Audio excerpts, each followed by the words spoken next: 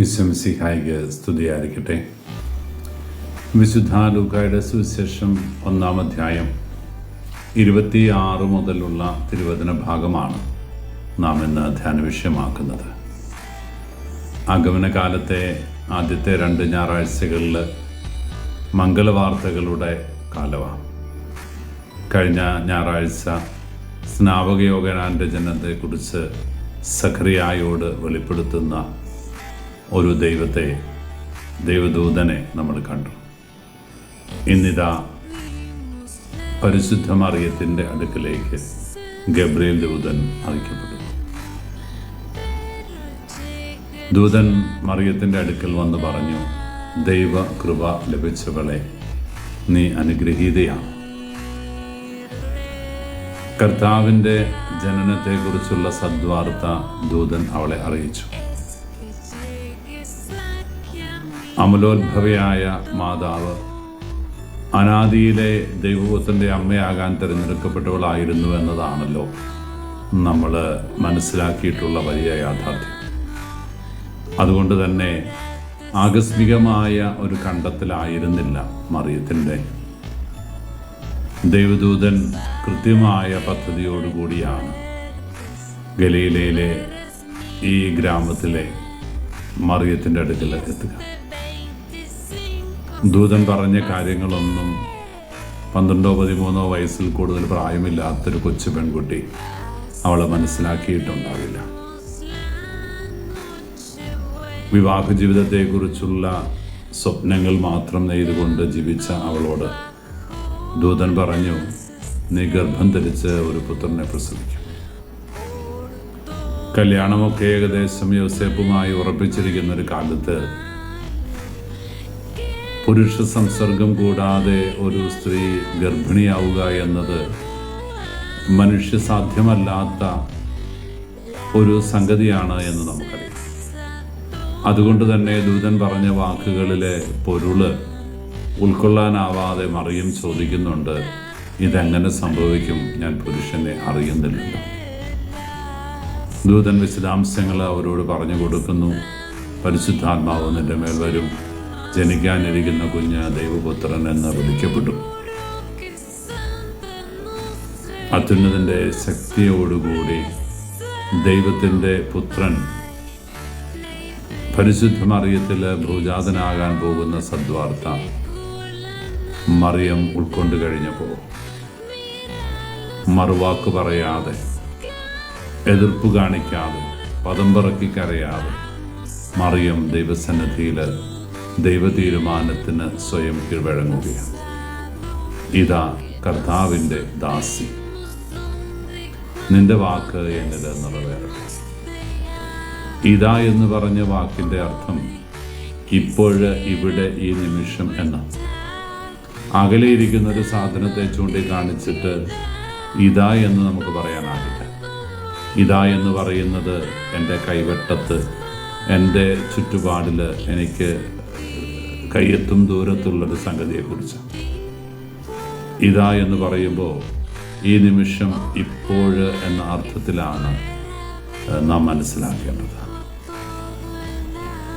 കർത്താവിൻ്റെ ദാസിയായിട്ട് ദേവാലയത്തിൽ പ്രതിഷ്ഠിക്കപ്പെട്ടവളായിരുന്നു പരിശുദ്ധ മറിയമെന്ന് മറിയത്തെക്കുറിച്ചുള്ള കഥകളിൽ നാം കേട്ടിട്ടുണ്ട്.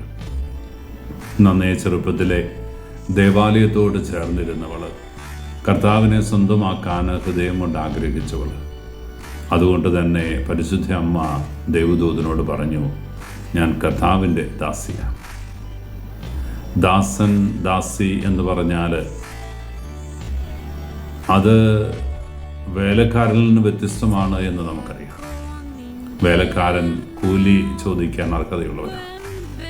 ദാസൻ മാർക്കറ്റിൽ നിന്ന് വാങ്ങുന്ന ഒരു സാധനമാണ്.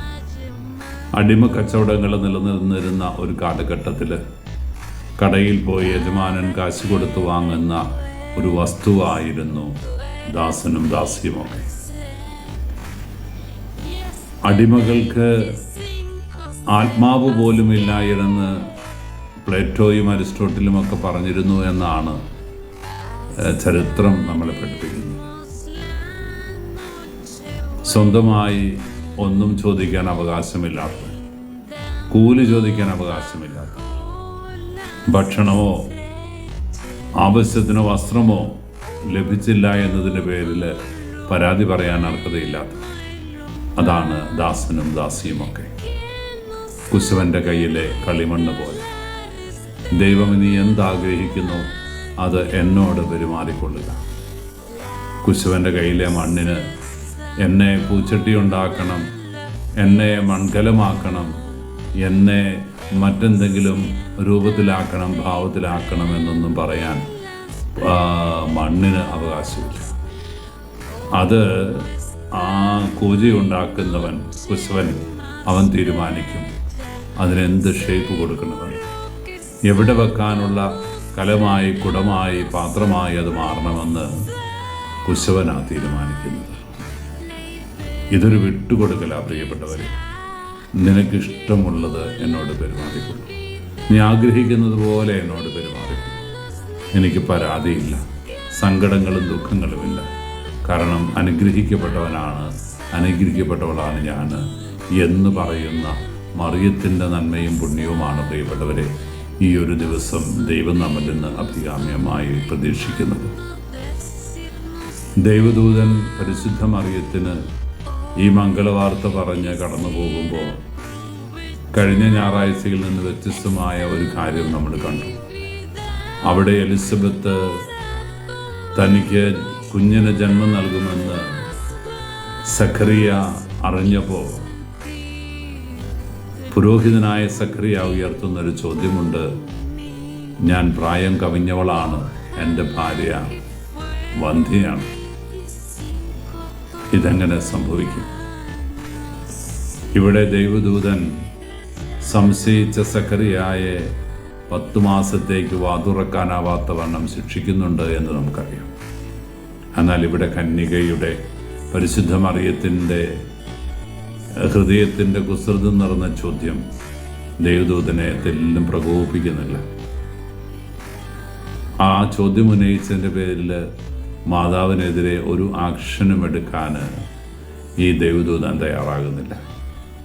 പ്രിയപ്പെട്ടവരെ, നിഷ്കളങ്കതയോടെ ദൈവസന്നിധിയിൽ നമ്മൾ വ്യാപരിക്കുമ്പോൾ അറിയാതെ നമ്മുടെ ജീവിതത്തിൽ വരുന്ന കൊച്ചു കൊച്ചു തെറ്റുകൾ പോലും ക്ഷമിക്കുന്നൊരു ദൈവം നമുക്കുണ്ട് എന്നത് ഏറെ സന്തോഷകരമായ കാര്യമാണ്. അതുകൊണ്ട് നിഷ്കളങ്ക സ്നേഹത്തിൻ്റെ ഉടമകളാകാൻ നമുക്ക് ആഗ്രഹിക്കാം. ദൈവത്തിൻ്റെ പദ്ധതിക്ക് പൂർണ്ണമായി വിട്ടുകൊടുക്കുന്നവരാകട്ടെ നമ്മൾ ഓരോരുത്തരും.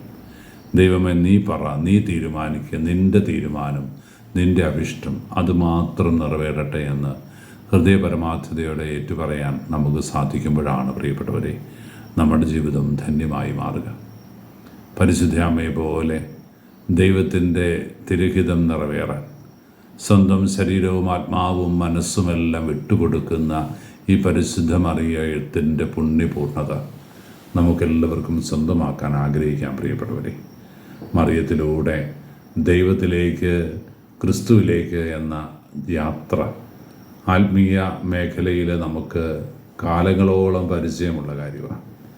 ഈ മറിയത്തെ ചേർത്ത് പിടിച്ച് ക്രിസ്തുവിലൂടെ ദൈവത്തിലേക്ക് അടുക്കുവാൻ നമുക്ക് സാധിക്കട്ടെ. നല്ല ഒരു അഡ്വക്കറ്റായി, നല്ല സഹായികയായി, നമ്മുടെ ആവശ്യങ്ങൾ ദൈവസന്നിധിയിൽ ഉണർത്തുന്നവളായി മറിയം നമ്മോട് കൂടെ ഉണ്ടാകട്ടെ. പരിശുദ്ധ മറിയത്തിൻ്റെ വലിയ മാധ്യസ്ഥ ശക്തി നമുക്ക് ഹൃദയത്തിൻ്റെ പുണ്യമായിട്ട് ഏറ്റുവാങ്ങാം. വ്രതശുദ്ധിയുടെ ഈ നാളുകളിൽ ഹൃദയപരമാർത്ഥതയോടെ നമുക്ക് വ്യാപരിക്കാം.